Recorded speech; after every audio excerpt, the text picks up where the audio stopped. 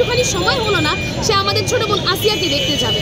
তার মানে আপনি বুঝতে পারছেন যে মন্ত্রণালয়গুলো যেগুলো ডক্টর ইউনূস একা হয়তো সামলাতে পারতেন না, যার জন্য মন্ত্রণালয় হিসেবে ভাগ করা, সেই জায়গাগুলোতে মানুষগুলো কতটা স্থবির হয়ে পড়ে আছে, কতটা অথর্ব হয়ে পড়ে আছে যে তারা না আইন প্রয়োগ ঠিকমতো করছে, তারা না নারী বিষয়ক মন্ত্রণালয় হয়ে নারীদের জন্য কথা বলছে, তারা নাই স্বরাষ্ট্র মন্ত্রণালয় হয়ে দেশের আইন শৃঙ্খলা রক্ষা করতে পারছে। তো সেই জায়গা থেকে আমরা মনে করি মন্ত্রণালয়গুলোকে সংস্কার করা প্রয়োজন। মন্ত্রণালয়গুলোতে যারা দায়িত্বে আছেন তাদের ব্যাপারে আরও বেশি পুনর্নির্বাচন করে বা পুনর্বিবেচনা করে যোগ্য মানুষগুলোকে বসানো খুবই জরুরি। কি মনে হচ্ছে আমরা যারা তরুণ অবস্থা, এখন আমি এতদিন পর আমাদের এতটুকু রাজনৈতিক ম্যাচুরিটি এসে পড়েছে যে আমরা বুঝতে পারি যে তরুণরা ছাড়া আসলে দেশের জন্য করা বা এইটার করার যেই নিড এইটা হয়তো অনেকের আসে না। সেই জায়গা থেকে আমরা মনে করি যারা এখন ক্ষমতা পেয়েছেন তারা হয়তো সেই জিনিসটাকে অপব্যবহার করছেন বা নিজেদের লোভের জন্য ভুলে গিয়েছেন। কিছুই আসলে আমরা বলতে পারছি না, কারণ যারা আমাদের সঙ্গে জুলাই হাতে হাত রেখে আন্দোলন করলো, যারা আমাদের পাশে এসে দাঁড়ালো, আজকে আমরা তাদেরকে দেখছি আমাদের কথা ভুলে গিয়ে। আসিফ নজরুল স্যার আমাদের সঙ্গেই ছিলেন, আমাদের সঙ্গে রাজপথে আন্দোলন করেছেন। তার পরবর্তীতে সে যখন আইন মন্ত্রণালয় যান, আমরা দেখতে পারি যে তার আইন প্রয়োগের ব্যাপারে যে পরিমাণ উদাসীনতা, সেখান থেকে আসলে আমাদের ভাবতেই হয় যে সে হয়তো ক্ষমতা পাওয়ার পরে এই সব কিছু ভুলে গেছে, সে হয়তো ক্ষমতা পাওয়ার পরে জুলাইয়ের গণ অভ্যুত্থানকে আর ধারণ করতে পারছেন।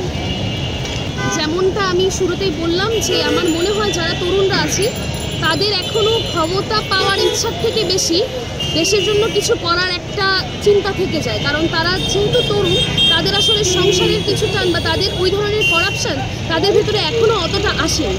তো সেই জায়গা থেকে মনে হয় নতুন দলকে স্বাগত জানানো উচিত এবং এই যে পরিবারতন্ত্রের বাইরে, এই যে জিয়া পরিবার শেখ পরিবারের বাইরে একটা নতুন রাজনৈতিক ধারা আসছে, এটাকে বাংলাদেশের মানুষের সাদরে গ্রহণ করা উচিত। কেননা আমরা দেখেছি পরিবারতন্ত্র থেকে বাংলাদেশ আহামরি কিছু অর্জন করতে পারেনি। সেই জায়গা থেকে আমার মনে হয় ছাত্রদের নতুন দলকে অভিনন্দন জানানো। যে অনেকে বলে 15 বছর তারাও অবহেলার শিকার হয়েছেন, কিন্তু আমরা যারা বাচ্চারা এবার আন্দোলন করেছি, আমরা কিন্তু 2009 সাল থেকে শুধুমাত্র ফ্যাসিস্ট লীগকে দেখে আসছি তা না, আমরা কিন্তু তার আগের ইতিহাসও পড়ছি এবং আমরা দেখেছি যে কোনো রাজনৈতিক দল আমাদেরকে কিন্তু কোনো ধরনের নিরাপত্তা দিতে পারেনি। তো ওই জায়গা থেকে আমার মনে হয় একটা নতুন দল অবশ্যই ওই ম্যান্ডেটটাকে সামনে রেখে কাজ করে যাবে। যদি তাদের মনে হয় তারা একদিন না একদিন দুর্নীতিবাজ হয়ে যাবে, কিন্তু সেইটা আমার মনে হয় আসতে এখনো বহু দেরি, কারণ তারা কেবল রাজনীতিতে পায়ে রেখেছে, তারা জানে পিওরিটি বা পবিত্রতা ধরে রেখে তারা কীভাবে কাজগুলো করে যাবে। তো ওই জায়গা থেকে আমার মনে হয় তাদের থেকে ভালো কিছু আশা করা যায়। আরেকটা জিনিসও বলার যে ছাত্র সংগঠনগুলোতেও যদি আমি ভুল না হই চাঁদাবাজদের ঢুকে পড়তে আমরা দেখেছি। তো এই ক্ষেত্রে যেটা প্রয়োজন, আমি বলবো না যে বাংলাদেশ গণতান্ত্রিক ছাত্র সংসদ বা নাগরিক পার্টি যেটা হয়েছে সেখানে কোনো চাঁদাবাজ নেই, অবশ্যই সেখানে চাঁদাবাজ আছে, কিন্তু এই যে চাঁদাবাজগুলো ঢুকে যাচ্ছে তাদেরকে আমরা কীভাবে বহিষ্কার করছি একদিনের মাথায় বা কীভাবে তাদের বিরুদ্ধে স্টেপ নেওয়া হচ্ছে, এই জিনিসগুলো দেখার মতো।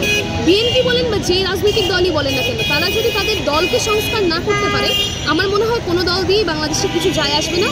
তো সেই জায়গা থেকে আমার মনে হয় যে চাঁদাবাজদের বিরুদ্ধে প্রত্যেকটা দলেরই উচিত, সেটা বিএনপি হোক, জাতীয় পার্টি হোক, শিবির হোক, জামাত হোক, সকলেরই উচিত খুব স্ট্রিক্টভাবে একটা পদক্ষেপ নেওয়া যে যদি চাঁদাবাজি ধরা পড়ে তার বিরুদ্ধে কঠোর থেকে কঠোরতর শাস্তি যেন হয়।